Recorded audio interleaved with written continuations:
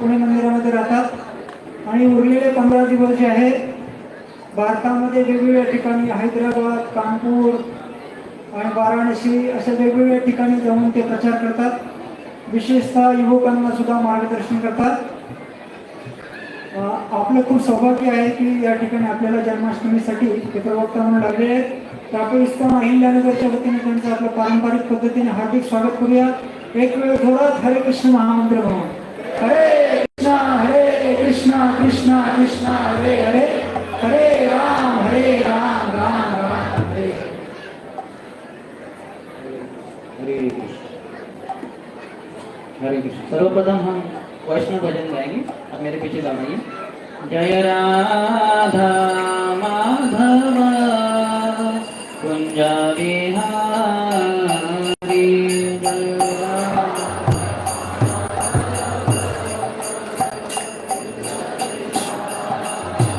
जय गोपी जन वल्लभ गिरिवर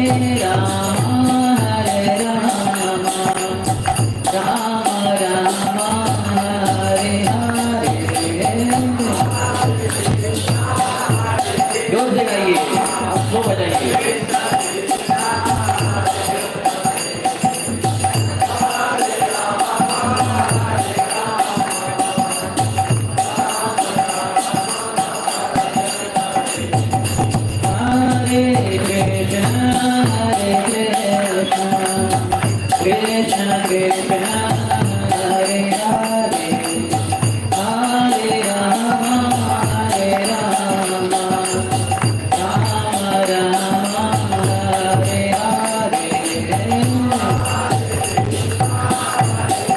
और जोर से गाइए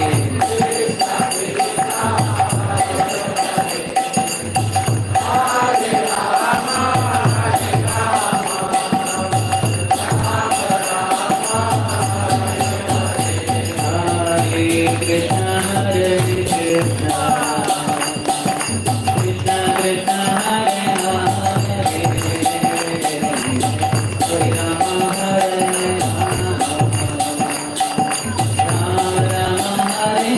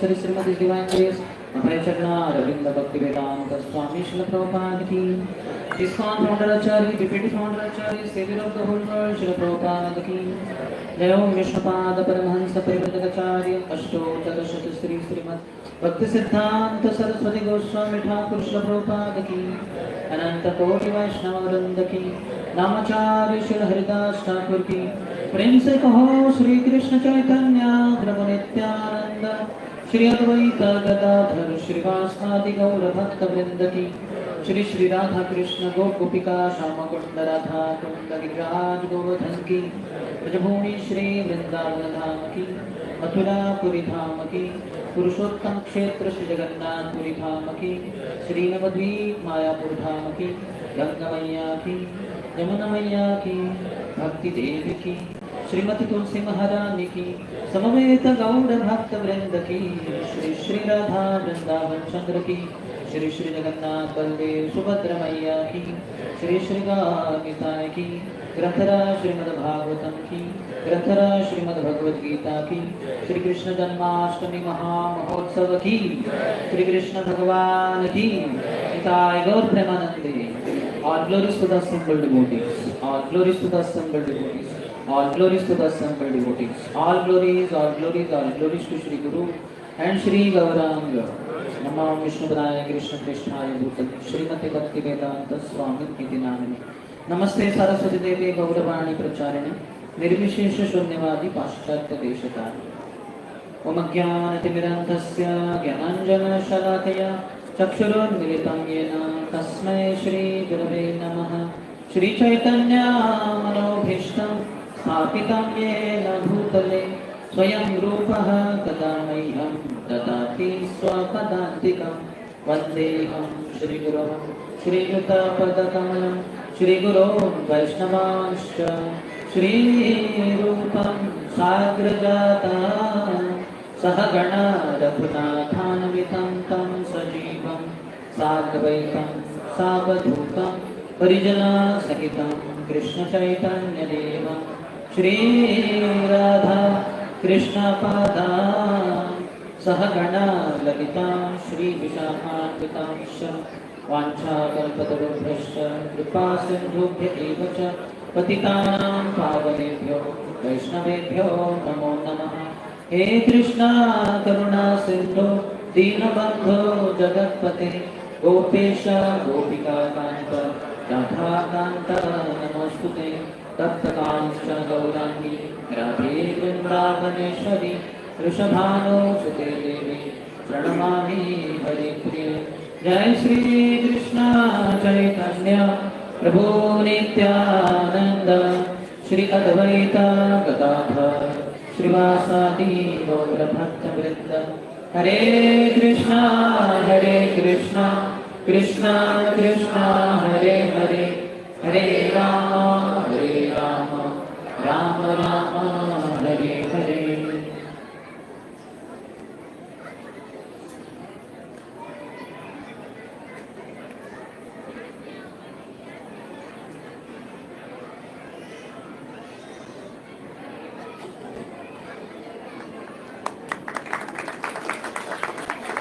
हरे कृष्णा बोले हरे कृष्णा कृष्णा कृष्णा हरे हरे हरे राम राम राम हरे हरे। तो हरे कृष्ण महामंत्र का जप करने से भगवान अवतरित होते हैं। भगवान और उनके नाम में कोई अंतर नहीं। आज शाम के इस जन्माष्टमी के पर्व में उपस्थित सभी भक्तों का स्वागत है। हम मना रहे हैं श्री कृष्ण जन्माष्टमी। तो भगवान इसी दिन इस संसार में प्रकट हुए। कृष्ण जो साक्षात अवतार नहीं अवतारी है। अवतार का अर्थ होता है ऊपर से जो नीचे आते हैं उसको अवतरण कहते हैं संस्कृत में, और नीचे से ऊपर जाते हैं उसको आरोहण कहते हैं। जैसे गिरियारोहण, गिरी प्लस आरोहण, पर्वत के ऊपर चढ़ना, माउंटेनियरिंग। तो वैसे ही भगवान जो अपने धाम में नित्य स्थित रहते हैं, हर किसी अवतार के अपने अपने धाम है। ब्रह्म संहिता में ब्रह्मा जी बताते हैं रामादि मूर्तिषु कला नियमे न तिष्ठन् नानावतारमकरोत् भुवनेषु किन्तु कृष्ण स्वयं समभवत् परम पुमान्यो गोविंदमादि पुरुषं तमहं भजामि। गोविंद ये आदि पुरुष हैं, सबसे पहले संसार में भगवान हमेशा रहते हैं, तो वो पहले हैं, बाकी हम सब बाद में आते हैं। सृष्टि जैसे होती है तो उनको मैं वंदना करता हूँ, ऐसे ब्रह्मा जी कहते हैं। और अलग अलग श्लोकों में भगवान के अलग अलग जो वैशिष्ट है उसको बताते हैं। तो इस श्लोक में बताते हैं रामादि मूर्तिषु कला नियमेन तिष्ठन्।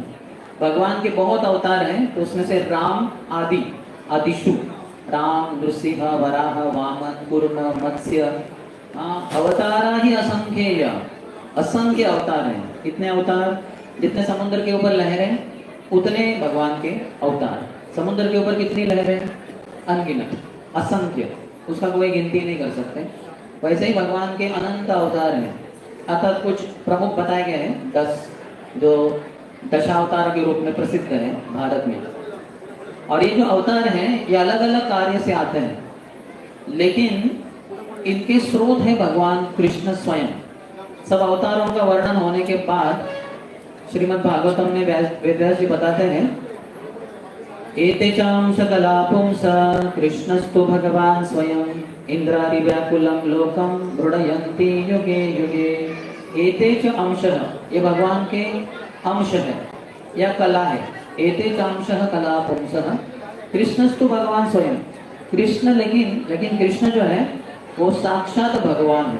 कृष्णस्तु भगवान स्वयं।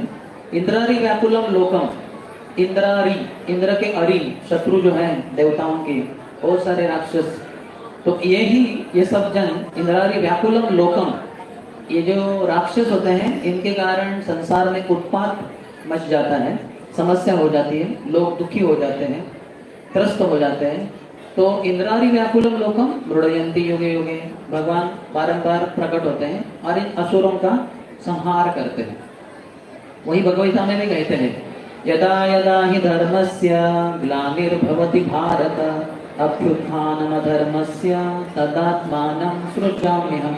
तदा तब, तदात्मानं आत्मानं सृजामि अहम, मैं प्रकट होता हूँ। कब? यदा यदा ही धर्मस्य ग्लानिर्भवति, जब जब धर्म की ग्लानि हो जाती है, धर्म में ह्रास हो जाता है, धर्म नीचे गिर जाता है। ऐसे तो धर्म नीचे नहीं गिरेगा, लेकिन जो पापी लोग हैं वो धर्म के विरोध में कार्य करेंगे तो फिर अधर्म बढ़ जाता है। यदा यदा ही धर्मस्य ग्लानिर्भवति भारत अभ्युत्थानम अधर्मस्य, तो अधर्म जब बढ़ जाता है तो उसको नीचे कम करने के लिए, धर्म की वृद्धि करने के लिए, धर्म की स्थापना करने के लिए संभवामि युगे युगे, मैं युग युग में प्रकट होता हूँ, ऐसे भगवान कहते हैं। तो भगवान के अवतार अनेक है। रामादि मूर्तिषु कला, तो कल हम बता रहे थे उधर संजोग लॉन्च में, तो फिर से दोहराना चाहेंगे कि भगवान कृष्ण के ये पहले हैं, सबसे पहले इनके पहले विस्तार होते हैं बलराम जी।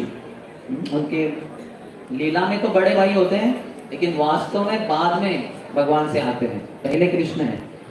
और बलराम जी से आते हैं चतुर्व्यूह, वासुदेव, संकर्षण, प्रद्युम्न, अनिरुद्ध। ये संकर्षण से आते हैं भगवान नारायण, नारायण से फिर से दूसरा चतुर्व्यूह, वासुदेव, संकर्षण, प्रद्युम्न, अनिरुद्ध। और ये संकर्षण से आते हैं महाविष्णु, बहुत बड़ा शरीर है। कितना बड़ा शरीर है, उनके रोम रोम से अनंत कोटि ब्रह्मांड बाहर आते हैं। हमारे भी जो रोम रोम है, छेद है जो त्वचा में, तो वहां से स्वेद बिंदु आते हैं, पसीने के बिंदु आते हैं, छोटे से। आप देखेंगे समर में, ग्रीष्म ऋतु में आते हैं। तो उसको अगर माइक्रोस्कोप में अगर डाला जाए और उसको देखा जाए तो उसमें एक विश्व ही प्रतीत होगा।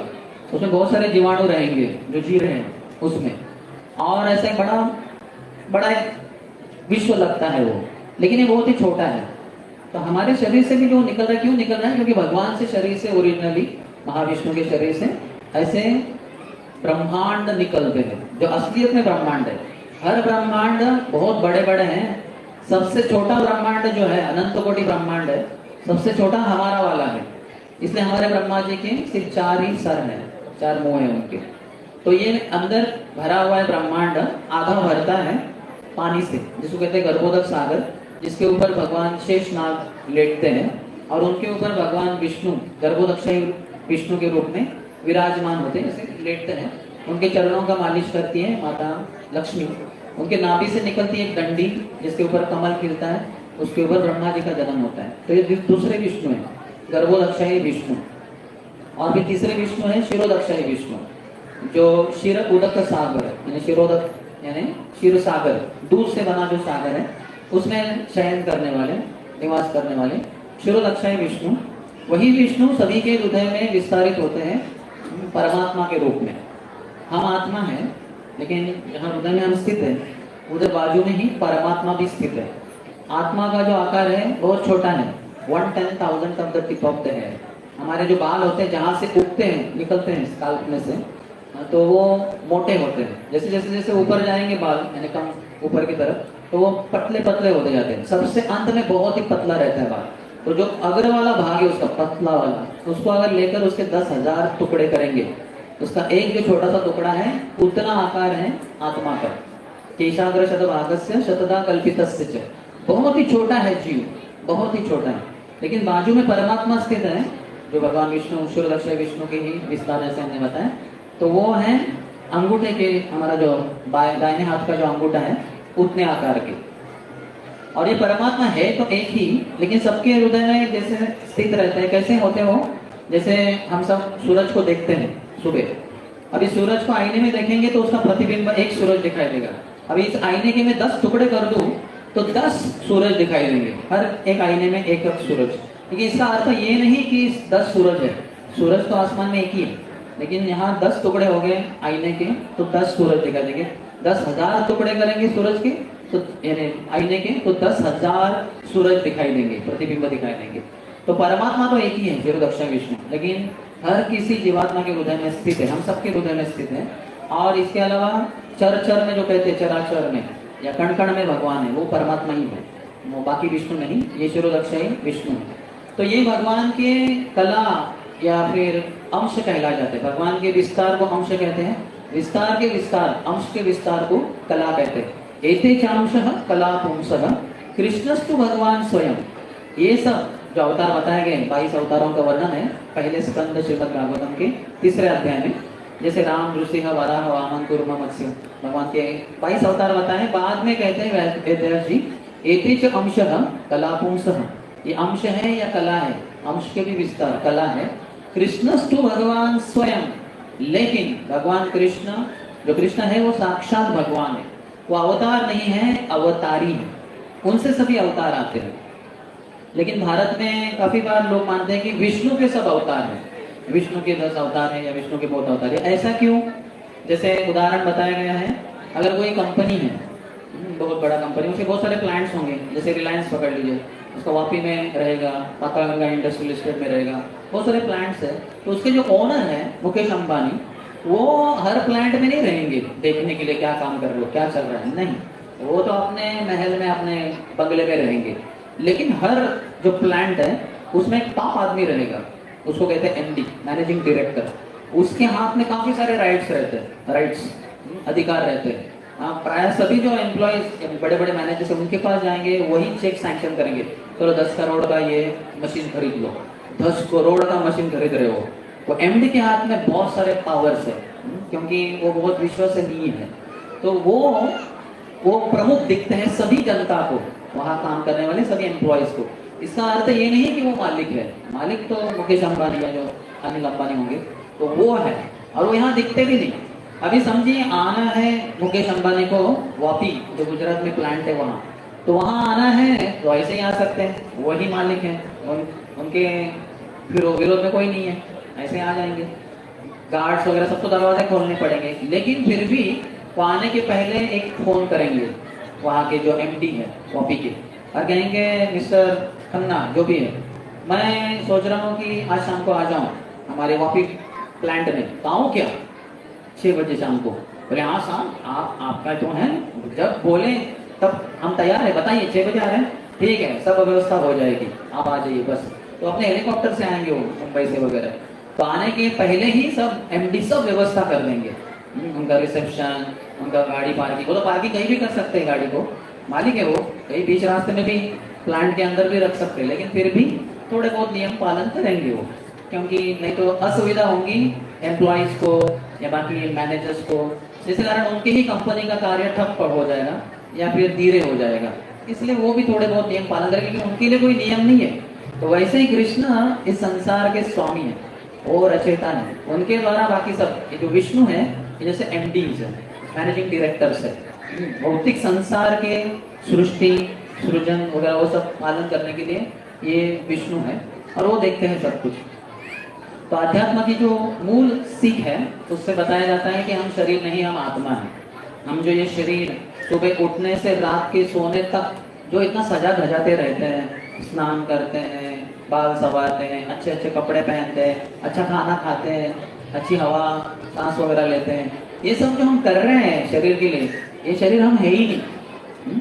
आज जो हम हैं 2025 में, 2099 में 75 साल के बाद प्राय हम में से कोई नहीं रहेंगे, छोटे बच्चे रहेंगे शायद, उनमें से वो भी कुछ नहीं रहेंगे। हम में से जो समझ रहे हैं 20-25 साल और उसके ऊपर वाले उम्र वाले, ये कोई भी ये शरीर में नहीं रहेंगे, हम ये शरीर छोड़ के चले जाएंगे, क्योंकि ये एक फिक्स ड्यूरेशन रहता है। जातस्य ही ध्रुवं मृत्यु ध्रुवं जन्म मृतस्य च तस्माद् अपरिहार्यते न त्वं शोचितुम् अर्हसि। दूसरे भगवद्गीता के अध्याय में भगवान कृष्ण कहते हैं अर्जुन के द्वारा हम सबको कि क्या जातस्य ही ध्रुवं मृत्यु, जिसका जन्म हुआ है उसका मृत्यु निश्चित है, और जिसकी मृत्यु हो गई उसका पुनर्जन्म भी निश्चित है। अगर वो शुद्ध भक्त बन जाए, जीवन काल मानव जीवन में भक्ति अच्छे से करे, शुद्ध भक्त बन जाए, तो फिर वो भगवत धाम चले जाएंगे, अन्यथा वापस आना तो पड़ेगा ही पड़ेगा। जैसे अगर कोई आप दवा खरीदो, उसके ऊपर लिखा रहेगा दवाई का नाम इत्यादि, एक जगह पे लिखा रहेगा मैन्युफैक्चरिंग डेट, ये कब निर्माण की गई ये दवाई, और उसके थोड़ा नीचे रहता है एक्सपायरी डेट, कुछ तो 1 साल में या 48 मंथ्स में इसको इस्तेमाल कीजिए, इसके बाद इसका असर ज़्यादा नहीं रहेगा, तो उस समय में ही उसको इस्तेमाल करना। तो हर जो दवाई आती है मैन्युफैक्चरिंग डेट और एक्सपायरी डेट के साथ ही आती है। वैसे हम सबकी मैन्युफैक्चरिंग डेट हम सबको पता है, बर्थडे, सब बोलेंगे मेरा बर्थडे 10 साल पहले, 15 साल पहले, 30 साल पहले, तो ये हमारा मैन्युफैक्चरिंग डेट है जो हम सबको पता है। लेकिन हमारा एक्सपायरी डेट मैन्युफैक्चरिंग डेट के साथ ही पूरा पूरा छप के आया हुआ है। लेकिन समस्या ये है, हम में से कोई भी पढ़ नहीं पाता, वो निश्चित है। अगर आप ज्योतिष शास्त्र जानते हैं तो फिक्स रहता है वो दिन, उस दिन मृत्यु होनी ही होनी है। उस समय को कोई आप आगे ढकेल नहीं सकते, पहले जल्दी कर भी नहीं सकते। तो इतना प्रयास करते हैं सुबह उठने से रात के सोने तक, और जीवन काल में पूरा प्रयास चलता है शरीर के लिए। लेकिन हम ये शरीर है ही नहीं, हम आत्मा है, हम सच्चिद आनंद है। ये शरीर असत अचित निरानंद है, ये टेम्पररी है क्योंकि ये भौतिक है, पंच महाभूत से बना है, पृथ्वी आप वायु तेज आकाश। ये भगवान की जो बहिरंग शक्ति है, दुर्गा जिसकी नियंत्रक है, उनके अध्यक्षता में ये हमारा शरीर कार्य करता है। वो जो प्रकृति है वो भगवान कृष्ण की अध्यक्षता में कार्यरत रहती है। मया अध्यक्षेण प्रकृति सूयते सचराचरम हेतुनानेन कौन्तेय जगद्वि परिवर्तते। 9वें अध्याय की भगवद्गीता के 10वें श्लोक में भगवान बताते हैं, मया अध्यक्षेण प्रकृति, मेरी अध्यक्षता में प्रकृति कार्य करती। अध्यक्ष यानी क्या? इंग्लिश में प्रेसिडेंट, प्रिसाइड्स, जो जिसकी अध्यक्षता में चलता है। तो अध्यक्ष क्या होता है? अधि अक्ष, अक्ष यानी आंखें, जिसकी आंखों के नीचे सब कार्य चलते हैं उसको अध्यक्ष कहते हैं। यानी वो टॉप आदमी रहता है, वो सब डिजाइन करता है। जैसे हमारे श्रीमान गिरिवर हरि प्रभु अध्यक्ष है, तो लिखा था ना जनरल मैनेजर अध्यक्ष है वैसे, तो उन्होंने सब डिजाइन किया है, ये फंक्शन कैसे चलेगा, इतने बजे कार्यक्रम होगा, ये ड्रामा होगा, ये होगा। तो उनकी अध्यक्षता में, उनके निर्देशन में कार्य चलते हैं। तो प्रकृति कार्य करती है, और प्रकृति के अंतर्गत हमारे शरीर पंच महाभूत से बना हुआ है। तो हमारी पलक झपकना, ये सब हाथ, अभी जैसे मैं हाथ आप सब हिला रहे हैं, आप पिक कर रहे हैं, ये प्रकृति के अंतर्गत है। प्रकृति ने जब दी है स्वतंत्रता तभी हाथ वो हिलेगा, नहीं तो फिर प्रकृति के द्वारा ही कभी पैरालिटिक अटैक हो जाएगा, अर्धांगवायु हो जाएगा।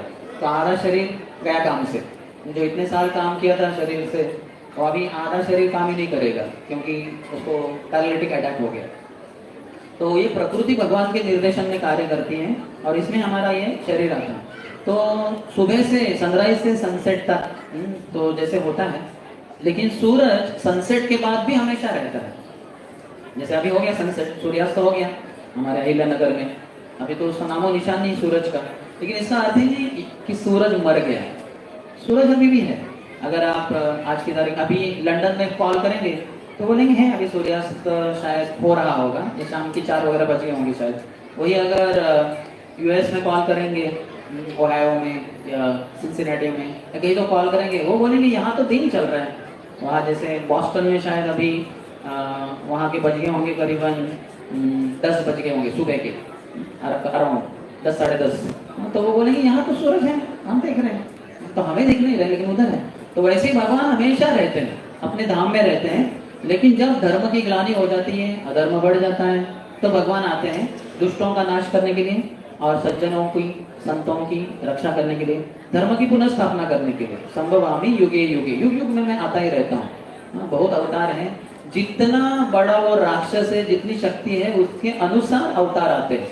हर अवतार की शक्ति अलग अलग है, वो अवतार में उतनी प्रदर्शन होती है। जैसे अभी मुझे ये घड़ी उठानी है, तो प्लास्टिक की है, रबर की, इसको उठाने के लिए अगर इसमें हाथ डालेंगे तो 1 उंगली भी काफी है, ज्यादा से ज्यादा 2 उंगली, तो बस।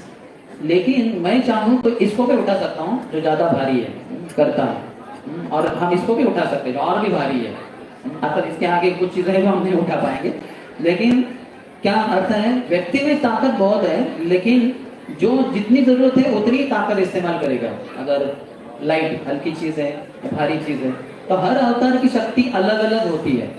जो रावण को मारना था तो एक प्रकार की, एक पर्याप्त मात्रा में शक्ति की जरूरत थी, तो राम जी अवतरित होते हैं। वही अगर हिरण्याक्ष को मारना है तो भगवान वराहदेव वो प्रकट होते हैं, उनकी जो शक्ति है वो वराहदेव की शक्ति के द्वारा वो हिरण्याक्ष को मार सकते हैं। लेकिन सभी जो अवतार है उनके स्रोत कृष्ण है, तो कृष्ण में सबसे ज्यादा अधिक शक्ति है, इसलिए इतने सारे राक्षसों को मारा उन्होंने। इतना भी 6 दिन के थे तो पूतना नाम की राक्षसी आई थी जो 8 मील लंबी थी। 8 मील यानी करीबन 12 किलोमीटर हो गया। तो 12 किलोमीटर लंबा बहुत हो गया, ऊंचा कर। तो इतनी बड़ी राक्षसी थी वो, और वो लाई थी अपने स्तन के ऊपर, उसने कालकूट जहर, बहुत ही जहर विषय लगा दिया था, जिसको अगर पिए तो 100 पुरुष मर जाए, इतना वो जहर था वो, कॉन्सेंट्रेटेड। लेकिन छोटे बालक को मारना था कृष्ण को, और 6 दिन के थे कृष्ण, यशोदा माई के गोद में थे। आई वो और कृष्ण को गोद, अर्थात वो रूप बदल दी उसने, उसका रूप तो 8 मील ऊंचा वगैरह वो नहीं रखा उसने, वो सुंदर स्त्री के रूप में आई, जैसे सामान्य स्त्रियों की हाइट रहेगी 5, 6, 7, 8 फीट, वैसे वो थी। तो यशोदा माई रोहिणी के देखते देखते वो आई, और उन्होंने सोचा कि अरे कितनी महान, ये तो शायद लक्ष्मी ही है, अपने पति को मिलने आई होगी, नारायण होंगे किधर तो वृंदावन में, तो उनको मिलने आई है, तो वो हमारे पुत्र को आशीर्वाद देना चाहती है। तो उसने गोद में लिया, अच्छी बात है, कृष्ण को बहुत आशीर्वाद मिलेंगे। और लेकिन उसके तो विचार बहुत ही बुरे थे, कृष्ण को मारने के लिए आई थी। यशोदा माई और रोहिणी माता दोनों को पता ही नहीं चला, और उन्होंने ले लिया अपनी गोद में और अपने स्तन उसके मुंह में डाल दिए, और बस राह देख रही थी कि जैसे ही पिएगा दूध मारा जाएगा, क्योंकि विष भी उसमें लगा हुआ है स्तन के ऊपर। तो लेकिन भगवान कृष्ण ने उसके विष को पी लिया, उसके दूध को पी लिया, और उसके प्राण को पीने लग गए। हमारे शरीर में प्राण वायु है, उसमें आत्मा पकड़ के बाहर चली जाती है। वैसे तो 10 वायु है, उसमें 5 प्रमुख हैं, प्राण, अपान, व्यान, उदान, समान। जो हवा छोड़ते हैं वो एक होता है, हवा अंदर लेते हैं वो दूसरा होता है अपान। सुबह जो हमें शौच क्रिया को जाना पड़ता है, एक वायु मल को बाहर निकल देता है, तो अपान वायु है। तो ऐसे अलग अलग प्रकार के वायु है हमारे शरीर में। तो प्राण वायु को पकड़ के मृत्यु के समय आत्मा शरीर से बाहर जाती है, और प्राण वायु के कारण हम सब में वो शक्ति वगैरह रहती है। कभी कभी प्राण वायु शिथिल हो जाते हैं, इसलिए प्राणायाम बताया गया है आयुर्वेद में। जैसे व्यायाम है वो शरीर के लिए है, लेकिन प्राण वायु के लिए प्राणायाम है, वो व्यायाम भी करना चाहिए, आयाम प्राण वायु के लिए, उससे सेहत बहुत अच्छी बनती है। जैसे कपालभाति है, भस्त्रिका, अनुलोम विलोम, ऐसे बहुत सारे प्रकार है, तो करने से प्राण मजबूत हो जाते हैं, शक्ति आती है वो। तो इसके प्राण वायु खींचने लग गए कृष्ण, वो दूध तो पिया स्तन से, अभी उसके जो शरीर में प्राण वायु है उसको ही खींचना शुरू कर दिया, जो उसने कभी सपने में भी नहीं सोचा था। तो जान जाने लगी उसकी, डर गई बहुत, और बहुत तकलीफ होने लगी उनको। तो तुरंत उठ खड़ी हुई और दौड़ गई, वो यशोदा भवन में या नंद भवन में थी, वहां से बाहर दौड़ी, छोड़ छोड़ दे मुझे, छोड़ दे, ये बालक छोड़ दे, चिल्लाने लगी वो। और वो तो बहुत, क्योंकि वो राक्षसी है, वो 8 मील ऊंची वाली, अभी तो छोटी दिख रही है वो स्त्री के रूप में, लेकिन उसकी शक्ति तो बहुत बड़ी है। और छोड़ते छोड़ रहे कह रही है, लेकिन कृष्ण कभी छोड़ते नहीं, जिसको पकड़ लिया बस छोड़ेंगे नहीं उसको। बाहर दौड़ के गई, जो वहाँ के खेत वगैरह थे, वहाँ बहुत बड़ी हो गई, अपने राक्षसी स्वरूप में आ गई वो। और कृष्ण अभी भी उसके स्तन से चिपके हुए थे, छोटे से कृष्ण थे, तो 8 मील ऊंची, और उसके प्राण वही पूरे खींच लिए गए। तो वहीं पे वो धड़ाम करके जोर से गिर गए। तो कृष्ण भगवान की, देखिए 6 दिन के हैं, मार डाला 8 मील ऊंची ये पूतना को, वो गिर गई। तो पूरा मथुरा तक वो गिर गए। और वहाँ वृंदावन में बहुत अच्छे वन थे, जहाँ बहुत सारे अच्छे फलों के पेड़ थे, जो नंद महाराज ने लगाए थे। लेकिन कंस राजा था, मथुरा से राज्य कर रहा था, पूरा उसने धमकी देके लगा था, ये सब फल है ना मेरे राज्य में, मेरे दरबार में, मेरे महल में पहुंचा दो, हर बार किसी और को नहीं मिलने चाहिए। तो ये जब गिर गई तो वो जो उपवन था, जहाँ बहुत सारे अच्छे फलों के पेड़ थे, वो सब तहस नहस हो गए, सब गए काम से। तो भगवान ने एक ही झटके में पूतना को भी मार डाला, और उसके शरीर के द्वारा वो जो वन था जिसके फल जा रहे थे कंस को, उसका भी नाश करवा दिया। तो ब्रजवासु ने देखा इतनी बड़ी है वो, और उसके शरीर के अंतिम संस्कार करने, तो अभी इतने बड़े स्त्री का कैसे क्या अंतिम संस्कार करे। तो बहुत सारी चिताएं रची गई, और इसके शरीर के टुकड़े टुकड़े किए गए, राक्षसी के 8 मील जो है, टुकड़े टुकड़े करके फिर एक एक चिता में रख दिए, और सबको आग लगा दी, दाह संस्कार किए। तो जब दाह संस्कार किए, उसके शरीर से, दाह संस्कार के बाद बदबू आएगी हमारे शरीर से, क्योंकि पहले क्या जलते हैं, बाल जलते हैं, जिन बालों को हम बहुत सुबह क्या क्या लगाते हैं, कोकोनट ऑयल लगाते होंगे, पता नहीं और क्या लगाते, शैम्पू लगाते होंगे, और कुछ लोग तो काले कल से करते रहते बाल को, कुछ मत करके बैठिए अपना टाइम पास। या फिर एक ऑयल वगैरह ठीक है, थोड़ा बहुत सर ठंडा रखने के लिए, लेकिन एक काले बाल बाल काले करने की जरूरत नहीं है। पहले जलेंगे तो बाल जलेंगे, सबका यही कट होने वाला है, पुरुष हो या स्त्री हो। बाल पहले बस जैसे चिता पे आग लगेगी, पहले शेविंग हो जाएगा। फिर दूसरा, हमारे जो कपड़े हैं, बहुत नए नए कपड़े पहनते रहते हैं, वो कपड़े जल जाएंगे।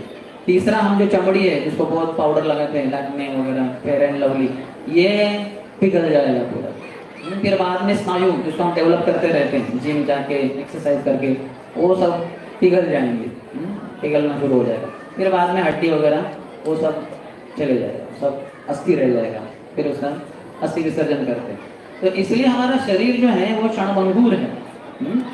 प्रहलाद महाराज कहते हैं, कौमारमाचरे प्राज्ञो धर्मान भागवतानिह दुर्लभम मानुषम जन्म तदपि अध्रुवम अर्थदम। 5 साल की उम्र से भक्ति शुरू करनी चाहिए, क्योंकि भगवान नित्य है और हम नित्य हैं। भगवान सनातन है, हम सनातन हैं, और हमारा उनके साथ शाश्वत संबंध है, सनातन संबंध है। तो उसको पुनर्जीवित करना है, उसको पुनर्जागृत करना है। जैसे अगर आपने कभी टीवी में वगैरह देखा होगा, कभी कभी जो हीरो वगैरह होता है मूवी में, उसका बड़ा एक्सीडेंट हो जाता है, सर पे टकरा जाता है और अपनी याददाश्त खो बैठता है। तो याददाश्त खो बैठता है तो उसको कुछ याद ही नहीं आता। माँ आती, बोले बेटे, हे तुम कौन हो, दूर भागो मुझसे। अरे बेटे मैं तुम्हारी माँ।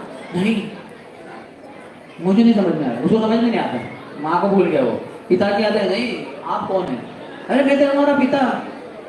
नहीं, उसको समझ में नहीं आया। तो माता पिता बेहाल हो जाते हैं, अरे क्या हो गया, हमें भूल गया। तो डॉक्टर बोलते हैं थोड़ा सा धीरज रखिए, ये अपनी याददाश्त को बैठे हैं, तो इनकी याददाश्त वापस लाने के लिए आपको क्या करना है, आपको उन सभी स्थानों से इसको लेके जाना है जो बचपन से वो स्थान देखे हैं, व्यक्तियों को देखे वो। तो फिर वो व्यक्ति को लेके जाते हैं, बेटा देख ये तुम्हारा 8th क्लास की क्लासरूम, लेकिन इस बेंच पे बैठता था, ये डिजाइन तुमने ही बनाया है बेंच के ऊपर, बनाता था तू। और ये देख टीचर मिस्टर शर्मा जिन्होंने तुम्हें गणित सिखाया, वो देखता है ऊपर नीचे शर्मा। और ये मिस्टर वर्मा जिन्होंने तुम्हें अंग्रेजी सिखाया, वर्मा। तो कुछ याद ही नहीं आ रहा है, क्योंकि उसका पूरा है कर्मा। तो शर्मा हो या वर्मा हो तो कुछ याद नहीं आ रहा है, लेकिन ऐसे धीरे धीरे करते जाएंगे, ये तुम्हारी साइकिल, ये तुम्हारी 2 व्हीलर, ये रूम, ये तुम्हारा ये वो, ऐसे करते करते करते करते धीरे धीरे उसकी याददाश्त जो हो गई है वो वापस आ जाती है। फिर वो मम्मी बेटे, फिर वो प्रेम उनका फिर से, क्योंकि अभी वो याददाश्त आ गई। तो ऐसे हम सब भूले हुए अपने पूर्व जीवन को, हम सब वैकुंठ से आए हैं। कुंठ यानी दुख, वही यानी बिना दुखों का जो स्थान है वैकुंठ, वहाँ भगवान के साथ थे हम, उनको पेश करके हम यहाँ आए, और यहाँ ये शरीर दिया गया है। ये शरीर, ये जो भौतिक संसार है पंच महाभूत से बना, उसके साथ अपना मेल जोल बैठने के लिए वो शरीर हमें स्वीकार करना पड़ा, ये दिया जाता है। जैसे अगर यही प्रवचन हो रहा है पानी के अंदर, एक नदी के नीचे, तो हम सब ऐसे नहीं बैठ सकते, तुरंत चले जाएंगे शरीर से। तो इसलिए हम सबको मास्क पहनना पड़ेगा, ऑक्सीजन सिलेंडर डालने पड़ेंगे, उसके द्वारा फिर आधा 1 घंटा जब तक है वो, तब तक जीवित रह के कुछ प्रवचन सुना जा सकता है। तो उसी तरह से संसार में एक्लेमेटाइज होने के लिए, उसके साथ मेलजोल रखने के लिए ये शरीर दिया है। और ये शरीर का बहुत बड़ा महत्व है कि अध्रुवम, ये क्षणभंगुर है। जैसे मैंने कहा, मैन्युफैक्चरिंग डेट के साथ इसका एक्सपायरी डेट भी फिक्स्ड है, जो हम सबको पता नहीं है, लेकिन वो फिक्स्ड है, ज्योतिष शास्त्र में बताएंगे आपको। तो अध्रुवम है लेकिन अर्थदम है, ये बहुत ही मीनिंगफुल है, हाँ, बहुत ही लाभदायक है। इसके द्वारा हम बहुत कुछ प्राप्त कर सकते हैं, विशेषकर भगवान की शुद्ध भक्ति को प्राप्त कर सकते हैं, उसका जीवन में पालन करके इसी जीवन में हम शुद्ध बन सकते हैं। ये शरीर की तुलना एक बिल्डिंग से भी की गई है, जिसमें टाइम बॉम्ब लगाया हुआ है। टाइम बॉम्ब आपको पता है, एक तो बॉम्ब होता है, फेंकेंगे तो फट जाता है, दूसरा टाइम बॉम्ब होता है, रखा जाता है, फटेगा नहीं, वो टाइम फिक्स्ड रहता है। जब वो टाइम हो जाएगा 1 घंटे के बाद, 2 घंटे के बाद, जैसे वो टाइम हो जाएगा, ठाड़ करके वो फूट जाएगा, पूरा तहस नहस करेगा। वैसे हमारा ये शरीर एक बिल्डिंग भी है, जिसमें टाइम बॉम्ब, हमारा डेथ टाइम फिक्स्ड है, लेकिन उसके पहले बहुत कुछ हम प्राप्त कर सकते हैं, जाना तो है। जैसे ये प्रवचन के बाद तो सभी चले जाएंगे, आप में से कोई भी यहाँ रहते नहीं, हमारे कुछ ब्रह्मचारी रहते हैं, वो तो अंदर ही रहेंगे, आप सब तो चले जाएंगे। तो आपका यहाँ से जाना फिक्स्ड है, जो भी जाएंगे आप 12 बजे, 1 बजे, 2 बजे जाएंगे तो जरूर जाएंगे, कोई रहेगा नहीं इधर। तो उसी तरह से हम शरीर से तो जरूर जाएंगे, लेकिन उसके पहले जब तक शरीर है बहुत कुछ कर सकते हैं। जैसे अभी आप प्रवचन सुन रहे हैं, बाद में कीर्तन में भाग लेंगे, अभिषेक तो देखा आपने, ड्रामाज होंगे, बहुत सारे आध्यात्मिक कार्यक्रम, कथा, कीर्तन, श्लोक आपको सुनाई देंगे। इसके द्वारा आपकी इटर्नल बैंक अकाउंट है वो भरता भरता जाएगा। जैसे हमारा इस संसार में बैंक में कुछ अकाउंट हो सकता है, तो उसमें डिपॉजिट करते हैं हम और विड्रॉल करते हैं, तो वो विड्रॉल के अनुसार फिर पूंजी कम हो जाती है। समझे मैंने 10,000 रुपये रखे और 2,000 कम से कम रखने वो बैंक में, तो मैंने 10,000 में से 1,000 निकाल दिए तो अभी 9,000 ही बचे। या फिर मैंने 10,000 में से 8,000 निकल दिए तो अभी बस जो बेसिक मिनिमम है अमाउंट वो रह गया और उसको मैं निकाल नहीं सकता, और उसको भी निकाल दिया तो मेरा अकाउंट ही बंद हो गया। तो इसको बढ़ा सकते हैं, कम कर सकते हैं। तो ऐसे ही हमारा इटर्नल बैंक अकाउंट भी है भक्ति का। आपने मराठी में सुना होगा, देहाची तिजोरी भक्तीचा ठेवा उघडधार देवा। तो देह हमारा तिजोरी है, इसमें ठेवा, उसमें वो ट्रेजरी क्या है, ट्रेजर क्या है, वो खजाना है भक्ति। तो भक्ति के द्वारा भगवान बड़े प्रसन्न होते हैं। भगवान नित्य रहते हैं, लेकिन जब भी धर्म की ग्लानि होती है वो आते हैं। 10वें स्कंद के श्रीमद् भागवतम के 33वें अध्याय में 36वें श्लोक में कहा गया है, अनुग्रहाय भक्तानां मानुषं देहमास्थितः भजते तादृशी क्रीडा या श्रुत्वा तत्परो भवेत्। अनुग्रहाय भक्तानां, भक्तों के ऊपर आशीर्वाद कृपा बरसाने के लिए, मानुषम देहमास्थितः, भगवान मानुष जैसा, मनुष्य जैसा शरीर धारण करते हैं, लेकिन वो मनुष्य शरीर नहीं होता। भगवान भगवता में कहते हैं, वेदाहं समतीतानि वर्तमानानि चार्जुन भविष्यानि च भूतानि मां तु वेद न कश्चन। कहते हैं कि वेद अहम, मैं जानता हूँ, समतीतानि, जो भी कुछ हुआ है अतीत में यानी भूतकाल में, वेदाहम समतीतानि वर्तमानानि, वर्तमान में जो भी कुछ चल रहा है भगवान सब जानते हैं। आप में से किसी को हो सकता है सर दर्द है, मुझे नहीं समझ में आ रहा है, आपके आजू बाजू वालों को नहीं समझ रहा है, आपको समझ रहे हैं, और एक व्यक्ति जानते हैं, वो है कृष्ण। वो जानते हैं कि वर्तमान स्थिति में आपका थोड़ा सर दर्द कर रहा है, किसी का पीठ दर्द कर रहा है, किसी को भूख लगी है, किसी को कुछ और परेशानी है, भगवान सब कुछ जानते हैं। वेदाहम समतीतानि वर्तमानानि चार्जुन भविष्यानि, मैं भविष्य भी जानता हूँ। अभी 2025 चल रहा है, 2026 में क्या होगा, जैसे कोविड आने वाला था 2020 में, और हम लोग मूर्खों की तरह क्या कह रहे थे, मिशन 2020, 2020 आ रहा है और हमारे कंपनी का ये मिशन है कि हम अपना प्रॉफिट दुगना करेंगे, कंपनी के और ब्रांचेस खोलेंगे, और प्लांट्स खोलेंगे। ये मिशन 2020 बहुत सारे कंपनी बात कर रहे थे, और हुआ क्या, जैसे वो शुरू हो गया 2020 जनवरी फरवरी, और कोविड का बढ़ता गया मार्च अप्रैल, अब शायद मई में तो फुल लॉकडाउन। तो मिशन 2020 क्या था, everybody will be house arrested, will be arrested in on house, किसी पुलिस की जरूरत नहीं, सब कैदी बन गए अपने ही घर के कारागृह में, कोई बाहर जाने का नाम ही नहीं ले रहे। थोड़ा हवा खा के आता हूँ, हवा खा के आएंगे वो कोरोना का वायरस आ जाएगा, मृत्यु को जल्दी प्राप्त हो जाएंगे, तो नहीं बाहर नहीं जाएंगे, अंदर ही ठीक है। तो ये मिशन 2020 हम सबको पता नहीं, तो भगवान को सब कुछ पता होता है, तो भगवान सब कुछ जानते हैं। उनका शरीर हमारी तरह नहीं है पंच महाभूत से बना हुआ, उनका शरीर सच्चिदानंद रहता है हमेशा, और वो सब कुछ जानते हैं। बहुनी में व्यतीतानि जन्मानि तव चार्जुन तानहं वेद सर्वाणि न त्वं वेत्थ परन्तप।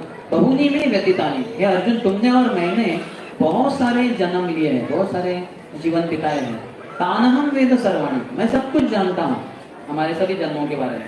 न त्वं वेत्थ परन्तप, लेकिन तुम नहीं अर्जुन, तुम भूल गए। जैसे हम शरीर बदलते हैं, हम अपने सभी जो पूर्व जन्म के कृत्य वगैरह सब कुछ भूल जाते हैं, रिश्तेदार सभी को भूल जाते हैं। जैसे हमारे पिताजी की मृत्यु हुई 3 साल पहले 12 फरवरी 2022 में, तो बस वो भूल गए हमें। कह रहे हमारा बेटा था जो ब्रह्मचारी था, उनको बहुत प्रेम था मुझसे, क्योंकि बचपन से उन्होंने हमें भक्ति सिखाई थी, राम नाम सिखाया था, बहुत अभिमान भी था कि हमारा बच्चा ब्रह्मचारी है, प्रचार करता है भगवत गीता का। एक बार वो जा रहे थे, हमारे पूना मुझे मिलकर जा रहे थे मेरे माता पिता गांव में, न्यू मुंबई की तरफ, तो ट्रेन में सामने कपल था, तो बातचीत हुई कि क्या होता है वगैरह, तो बोले हमारे बेटे 2 बेटे और 1 बेटियाँ वगैरह, तो बताना लगे। तो बोले क्या, अपना बड़ा बेटा ऑटो रिलायंस में काम वगैरह किया, BSc किया वगैरह, छोटा बेटा हमारा इंजीनियर बना, बाद में ब्रह्मचारी बना इस्कॉन में। क्या ब्रह्मचारी बना, आपने उसको रोका नहीं? हाँ, इतना जवान सीखा पढ़ा लिखा, उसको आपने जॉब वगैरह करने को नहीं बोला, ये क्या कर दिया आपने? बोले नहीं देखिए वो कहीं गलत रास्ते पे तो नहीं गया, कितने सारे जवान लोग जाते हैं हॉस्टल में पढ़ने के लिए वगैरह और सिगरेट के आदी हो जाते हैं या शराब पीना लगते हैं, कुछ ना कुछ गलत आदतें लगती है। ये तो किसी गलत रास्ते में गया नहीं, बहुत अच्छे रास्ते पे गया है। हाँ, तो अच्छा है, बहुत ही अच्छा है। और मैं तो सोचता हूँ तो भगवान के ही दिए हुए हमारे पुत्र थे, भगवान की सेवा में चले गए, इससे बढ़कर और क्या हो सकता है। और एक उन्होंने चीज बताई जो बाद में मुझे बताया माँ ने, मुझे बहुत अच्छा लगा। वो बोले मैं सोचता हूँ कि मेरी 2 बेटियां और 1 बेटा है। तो पहली बेटी, बड़ी वाली बेटी, उनका विवाह हो गया IAS ऑफिसर से, हमारी बहन का। और हमारी छोटा वाला जो बेटा है वो हमारी बेटी थी, उसका भी विवाह हो गया, वो चले गए ससुराल, पुनः इस्कॉन मंदिर, श्री श्री राधा कुंज बिहारी टेम्पल। उनके पति कुंज बिहारी के साथ हो गया उनका विवाह, और फिर उधर ही रह रहे हैं, सेवा कर रहे हैं, घर के काम काज वगैरह जैसे करते हैं वैसे कर रहे हैं। तो मुझे बहुत अच्छा लगा, कितना परफेक्ट इंटेलिजेंस था मेरे पिताजी को। तो ऐसे ये बुद्धि देते हैं भगवान ही देते हैं। तो भगवान मनुष्य शरीर जैसा लगता है वैसा शरीर धारण करके, लेकिन वैसे नहीं, सब कुछ उनको याद रहता है, सब कुछ पता होता है, कभी भूलते नहीं। आज 2025 चल रहा है, 1025 में आप कहाँ थे, कौन थे, इस समय क्या कर रहे थे, किसी को याद है? ये 1025, 1000 साल पूर्व। अगर आप कल की तारीख में पूछेंगे, जो हुआ कल 15 अगस्त शाम के 9 बजे, क्या कर रहे थे, ये भी सोचने के लिए थोड़ा विचार करना पड़ेगा। 9 बजे कहाँ था मैं, इतना तुरंत याद नहीं आएगा। 2 दिन पहले हमने शाम को क्या सब्जी खाई थी, तो याद नहीं आता है इतना जल्दी, और हजारों साल पहले कुछ बात ही नहीं। लेकिन भगवान सब कुछ जानते हैं, इसलिए भगवान कहते हैं जन्म कर्म च में दिव्यम एवं यो वेत्ति तत्वतः त्यक्त्वा देहम पुनर्जन्म नैति मामेति सो अर्जुन। मेरे जन्म और कर्म दिव्य है। अभी जन्म की बात करें, आज जन्माष्टमी हम मना रहे हैं, तो रात के 12 बजे भगवान कृष्ण अवतरित हुए कंस के कारागृह में, एक छोटे नन्हे बालक के रूप में। और हुए तो कैसे, हाँ, वो उनके काले लंबे घुंघराले बाल थे। हम में से कौन थे जो आपके सब जो बाल दिख रहे हैं, आप देखते रहते आईने में, आप जब जन्म लिए थे तो ऐसे बाल थे क्या आपके, पुरुष हो या स्त्री हो, कोई भी हो? हम तो गंजे ही थे बिल्कुल। थोड़े इधर उधर कुछ कुछ लड़कों के बच्चों के थोड़े बहुत बाल रहते हैं कभी कभी, ये तो ऐसे ही रहते हैं। और फिर धीरे धीरे जैसे समय बीतता है बाल बढ़ने लगते हैं, फिर 3-4 महीने या 1-2 साल के बाद थोड़े बढ़ जाते हैं, अन्यथा हम तब ऐसे थे। लेकिन भगवान कृष्ण शुरुआत से ही उनके काले लंबे घुंघराले रेशम जैसे बाल थे। हम सब जन्म लिए नंगे ही जन्म लिए, लेकिन भगवान कृष्ण जब प्रकट हुए तो पूरे वस्त्रों के साथ, उनका पीतांबर पीले रंग का रेशम का धोती था। और इतना ही नहीं, उनके आभूषण भी थे, कर्णकुंडल थे, उनके बाजूबंद थे, सब कुछ मुकुट था उनका। और इतना कि उनके दांत भी थे। हम में से कौन थे जन्म से ही 1-2 दांत के साथ जन्म लिए थे? कुछ नहीं, 0, टिक स्कोर इज 0।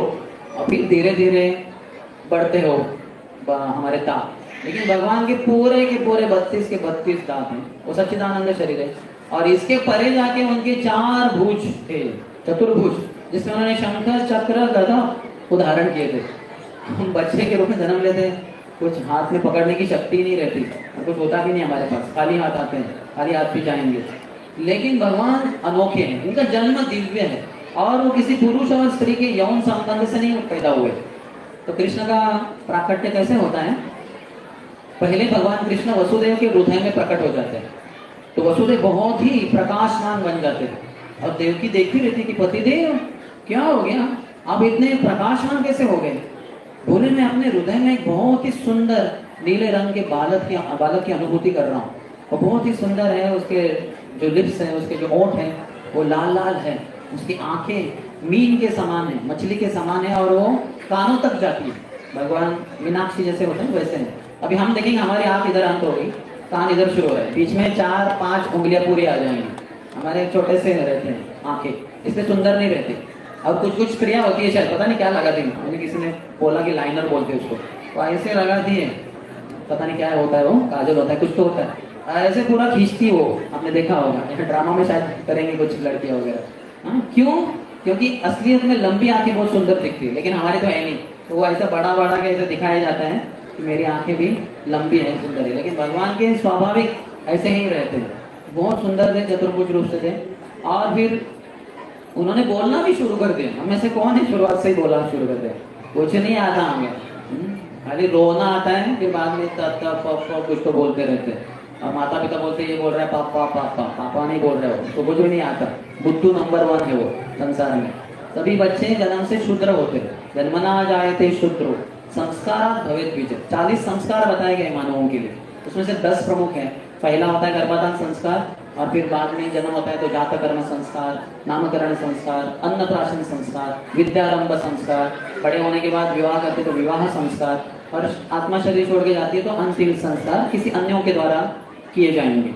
तो ऐसे 10 संस्कार करने चाहिए। तो बचपन से, जन्म से सभी बच्चे शूद्र होते हैं, संस्कार से द्विज दूसरा जन्म हो जाता है। लेकिन कृष्ण वैसे नहीं है। कृष्ण तो द्विजों के, ब्राह्मणों के भी देवता है। नमो ब्राह्मण्य देवाय गो ब्राह्मण्य हिताय च जगत हिताय कृष्णाय गोविंदाय नमो नमः। ब्राह्मणों के और गैयों के वो पूजक भी हैं, और ब्राह्मणों के द्वारा भी वो पूजित है। तो ऐसे कृष्ण इस संसार में आते हैं तो उनकी जन्म दिव्य है, और कर्म हमने देखा ही 6 दिन के थे, उन्होंने पूतना का वध कर दिया, जो हम सोच भी नहीं सकते। हम हजारों लाखों लोग पूतना के द्वारा मारे जाएंगे। वो बाल घातिनी थी, बच्चों को खाती थी, उनके खून को पी जाती थी, इतनी क्रूर थी वो। और कंस की वो सहचारिणी थी, कंस की वो सेविका थी। और ये तीनों भाई थे, अगासुर, बकासुर और पूतना। तो उनके बड़े भाई थे बकासुर, जो एक बदक के रूप में, एक बगुले के रूप में आए थे। जब कृष्ण गैयों बछड़ों को चराते चराते गोकुल वृंदावन में जब गैयों बछड़ों को चरा रहे थे, यमुना के किनारे आए तो अचानक ये बगुला आ गया। उसकी लंबी चोंच थी और कृष्ण को उसने निगल डाला। लेकिन भगवान उसके शरीर में बहुत बड़े हो गए, उसको सांस लेने में तकलीफ होगी, उसने थूक के भगवान को बाहर डाला। तो जैसे ही आए, बहुत समय के लिए अंदर थे, आधे घंटे के लिए जो भी था वो अंदर थे। तो सोचिए किसी के शरीर के अंदर से अगर हम बाहर आएंगे तो कैसे गीले गीले, उसका जो लार वगैरह है उसके साथ बहुत गंदे ऐसे आएंगे। जैसे हम सबका जन्म हुआ था तो हम माँ के गर्भ से आते हैं, वहाँ बहुत सारे होम्योटिक फ्लूइड्स रहते हैं, तो वो सब से हम बहुत गंदे रहते हैं। फिर हमें साफ किया जाता है वगैरह, और वो भी नहीं रहता, हमारी ये नहीं होती, होश में नहीं रहते। तो पहले हमें पिटा जाता है डॉक्टरों के द्वारा, मारते कुछ तो पेट के ऊपर धाड़ धाड़, फिर हम रोना शुरू करते हैं। कैसे हमारा संसार में आगमन है, पिटाई वहां से शुरू करते हैं। जो डॉक्टर होता है वही पिटाई शुरू कर देता है। तो हम गंदे होते हैं जब आते हैं जन्म से। लेकिन भगवान इतने समय के लिए उस बकासुर के, उस राक्षस के शरीर के अंदर पेट में थे, लेकिन जब बाहर आया एकदम क्लीन ड्राई शरीर, पूरा सूखा हुआ, उसमें कुछ भी लार वगैरह लगी नहीं, और कपड़े एकदम सूखे सूखे, एकदम फर्स्ट क्लास जैसे थे वैसे। तो इसको कहते हैं दिव्य कर्म। जन्म भी दिव्य, कर्म भी दिव्य। और फिर बाद में तो जाके भगवान ने बोला भी बहुत हो गया, बाकी मेरे मित्र व्यतीत हो रहे हैं इसके ये सब कुकर्म देखकर। तो भगवान ने लिया उसकी जो चोंच थी लंबी वाली, उसको पकड़ा 2 भागों को, और ऐसे ऐसे ऐसे ऐसे करते करते करके तो उसके पूरे चोंच को फाड़ के उसको ही फाड़ डाला और उसकी मृत्यु हो गई। श्री कृष्ण भगवान की। तो भगवान कृष्ण का एक नाम बकारी भी, बक अरी, बक नाम के राक्षस के वो शत्रु है। मुरारी भी उनका बहुत प्रसिद्ध नाम है। मूर नाम के राक्षस को मारा था उन्होंने, क्योंकि ये जो राक्षस का मुरारी मूर, तो ये नरकासुर, जो भगवान वराहदेव आए थे, और पृथ्वी माता जो हिरण्याक्ष के कुकर्मों के कारण असंतुलित होकर रसातल में जाके गिर गई थी। भगवान शुक्र, भगवान वराहदेव ने उनको उठा के सूंड के ऊपर, अपने दांत के ऊपर उनको पुनर्स्थापना कर दी, हिरण्याक्ष का वध कर दिया। तो माता पृथ्वी जो है, पृथ्वी देवी, हम बोलते हैं भारत माता, भारत माता करके कोई ऐसी देवी नहीं है, लेकिन पूरी पृथ्वी करके पृथ्वी देवी है। ये शास्त्रों के अनुसार है कि भारत माता हमारा, हमने अपने लगा दिया कुछ भी अनकॉन्शियस तर्क वितर्क, ऐसा नहीं है कुछ। लेकिन पृथ्वी करके एक देवी है। ऐसे तो 33 करोड़ देवी देवता है, उसमें से पृथ्वी भी है। तो पृथ्वी के साथ भगवान वराहदेव का जो संपर्क हुआ, उसके द्वारा वो गर्भवती हुई, और आगे जाके उनको पुत्र प्राप्त हुआ जिसका नाम था भौम, भूमि का पुत्र, इसलिए उसका नाम भौम। लेकिन आगे ये बड़ा बच्चा, तो बाद में एक असुर, बाणासुर का उसने संग किया अधिक मात्रा में। उसके कारण बेचारा, अच्छा सिंपल लड़का था वो, भूमि देवी का पुत्र है, वराहदेव का पुत्र है, लेकिन संग के कारण ये भौम भौमासुर बन गया। उसका दूसरा नाम नरकासुर भी। अगर आप दिवाली के जो 5 दिन है, धनत्रयोदशी के बाद चतुर्दशी आती है, उसका नाम है नरक चतुर्दशी। उस दिन भगवान कृष्ण ने नरकासुर का वध किया था।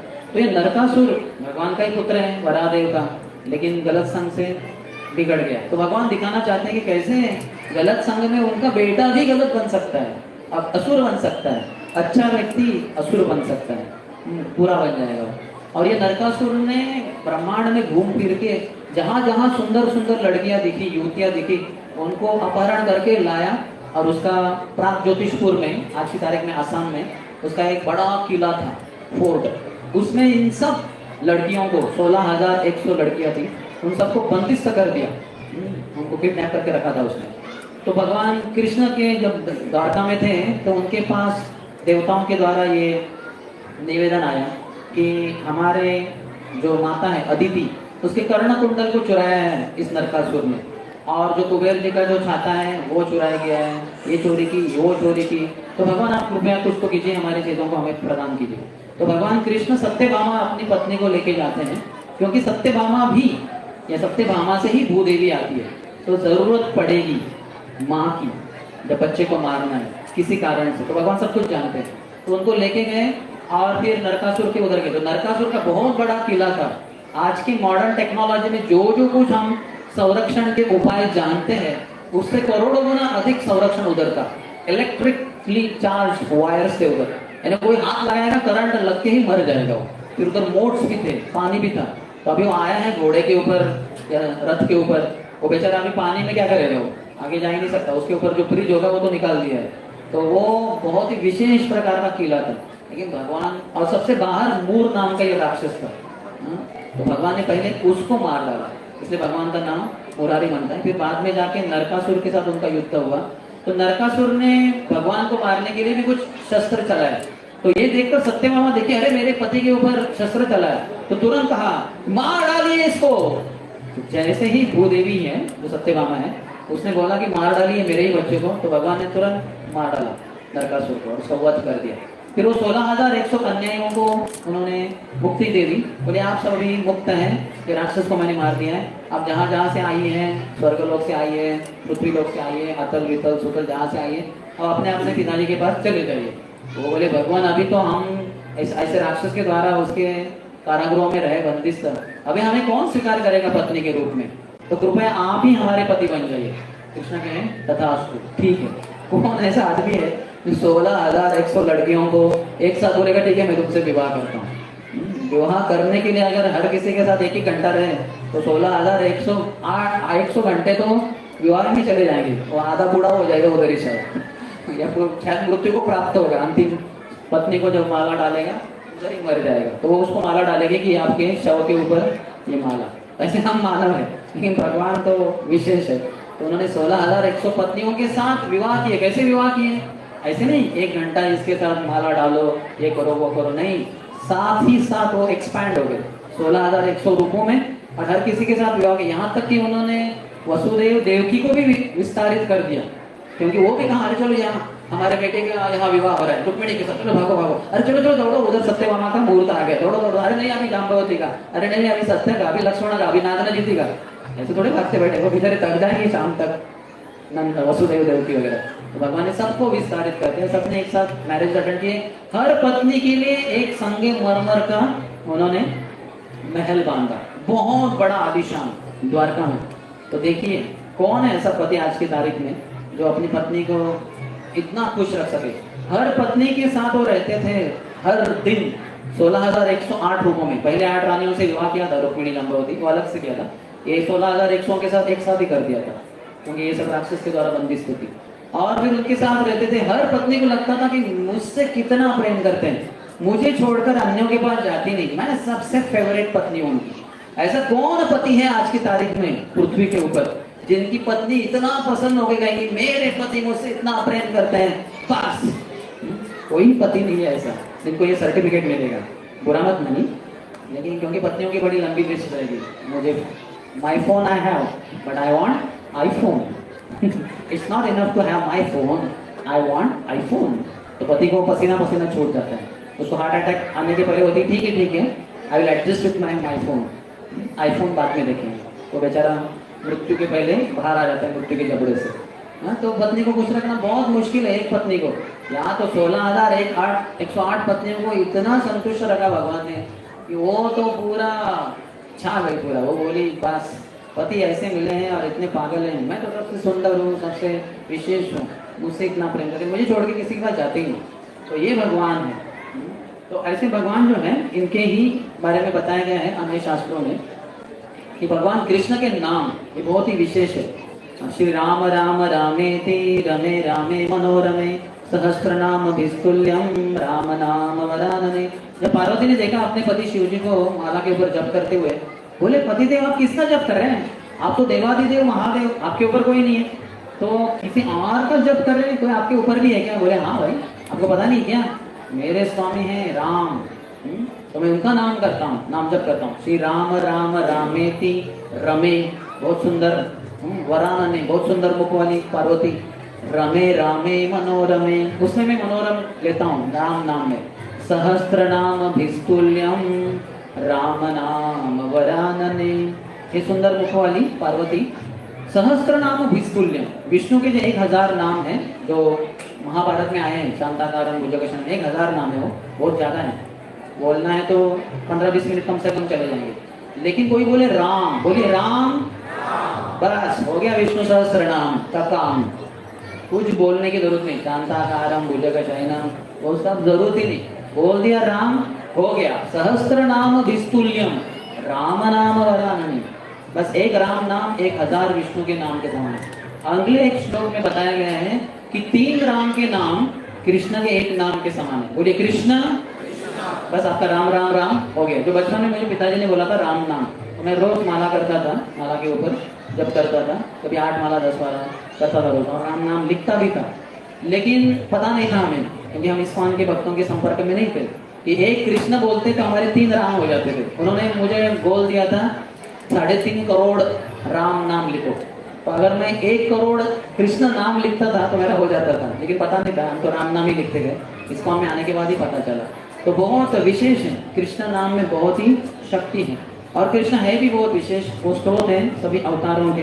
भगवान का कभी जन्म नहीं होता, अजोपि सन अव्ययात्मा भूतानाम ईश्वरोपि सन, वो कहते हैं कि अज, मेरा जन्म नहीं होता, अजन्मा हूँ मैं, हमेशा रहते। जैसे सूरज हमेशा है, वैसे भगवान हमेशा रहते, कभी अवतरित होते। जैसे आप ही सूरज दिख नहीं रहे, मरा नहीं हो, है, अस्त हो गया, कल सुबह उदय हो जाएगा, सूर्योदय दिखाई देंगे। वैसे ही कृष्ण अवतरित होते हैं तो दिखाई देते हैं, अन्यथा वो अपने धाम में रहते हैं। राम जी भी अपने धाम साकेत में, ये सब इस संसार के परे है, ब्रह्मांडों के परे भगवान का धाम है, जिसको वैकुंठ जगत कहते हैं, जहाँ कोई दुख नहीं है। हर किसी भगवान का अपना वैकुंठ, अपना एक ग्रह है। राम जी का साकेत धाम अयोध्या धाम है, जहाँ वहाँ बहुत सारे उनके पार्षद हैं, जैसे लक्ष्मण, शत्रुघ्न इत्यादि तो है ही, सीता है इत्यादि है, और साथ ही साथ दशरथ है, कौशल्या है, कैकेयी है, सुमित्रा है, और साथ में जाम्बवान है, सुग्रीव है, भगवान के अनंत भक्त हैं, तो उनके साथ उधर है। जब यहाँ अत्याचार कर रहे थे रावण, तो कृष्ण वहाँ राम प्रकट हुए,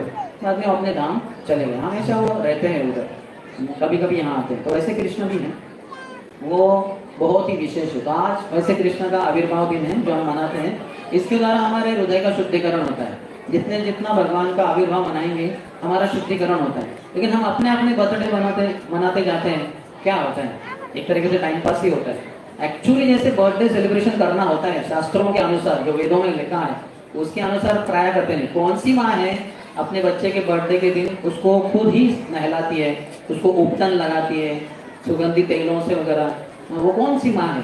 कुछ नहीं, वो बच्चा अपना ही स्नान करता है, और उस दिन करना क्या होता है, वो बच्चा फूकता है, वो मोमबत्ती बुझाता है, और वो ऊपर का जो गुब्बारा है उसमें छेद करके उसमें से कुछ तो गिरता है, और फिर वो केक काटता है, और यही सोचता है कि मेरा बर्थडे, सब आके मुझे कुछ ना कुछ भेंट दे। बर्थडे के दिन जिसका बर्थडे है उसको दूसरों को भेंट देनी होती है, ये वैदिक कल्चर है। जैसे कृष्ण का बर्थडे होता है या बलराम जी का, तो रोहिणी माता या यशोदा माता कहती कि जाओ ब्राह्मणों को दान दो, गैये दान दो, वस्त्र दान दो, ये दान दो, वो दान दो।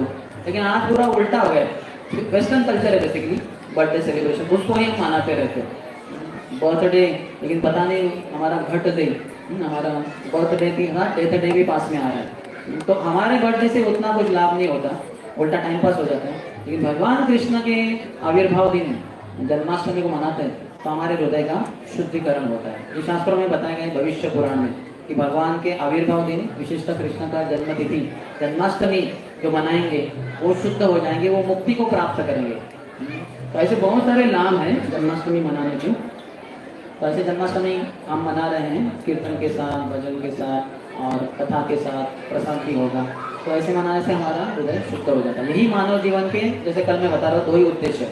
Purification of the heart by the glorification of the Lord. हृदय का शुद्धिकरण भगवान के गुणगान से।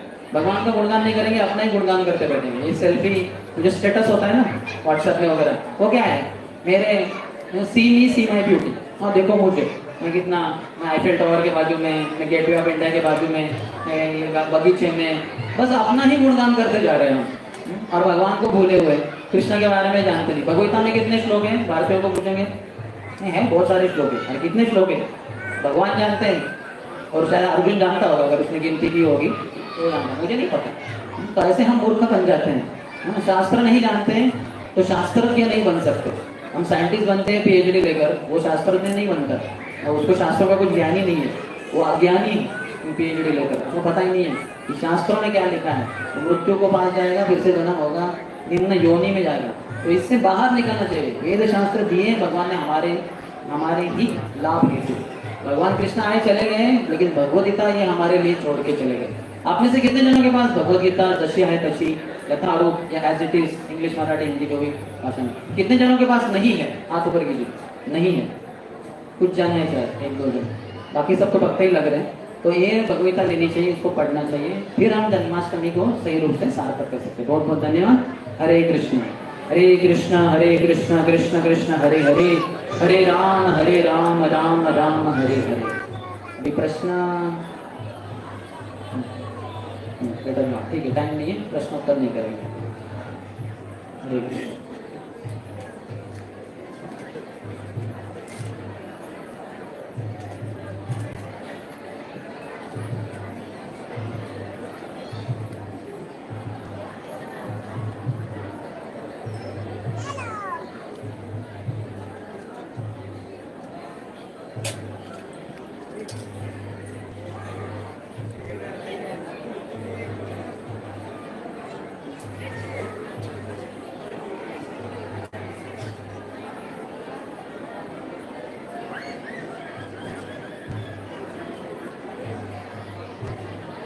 हरे कृष्ण।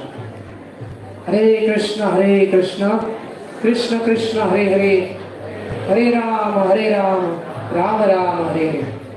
हम सब मिलके जोर से 3 बार हरि बोल बोल के श्रीमान सुंदर श्याम प्रभु जी को धन्यवाद देना चाहेंगे, क्योंकि पिछले 1 घंटे से उन्होंने हमें भगवान श्री कृष्ण के बारे में और कृष्ण तत्व के बारे में जो कुछ शिक्षाएं दी, उसके लिए हम प्रभु जी को धन्यवाद देंगे। हरि बोल हरि बोल हरि बोल। तो अभी यहाँ पे जो आगे का कार्यक्रम है वो इस प्रकार से रहेगा। यहाँ पे अभी एक नृत्य प्रस्तुत किया जाएगा।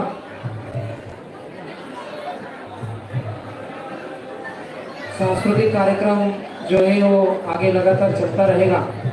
इसके अंतर्गत यहाँ पे नृत्य प्रस्तुत किया जाएगा जो हमारे मंदिर के भक्त किरण बालवे प्रभु और श्रीजा माता जी के द्वारा हम सबके सामने प्रस्तुत किया जाएगा।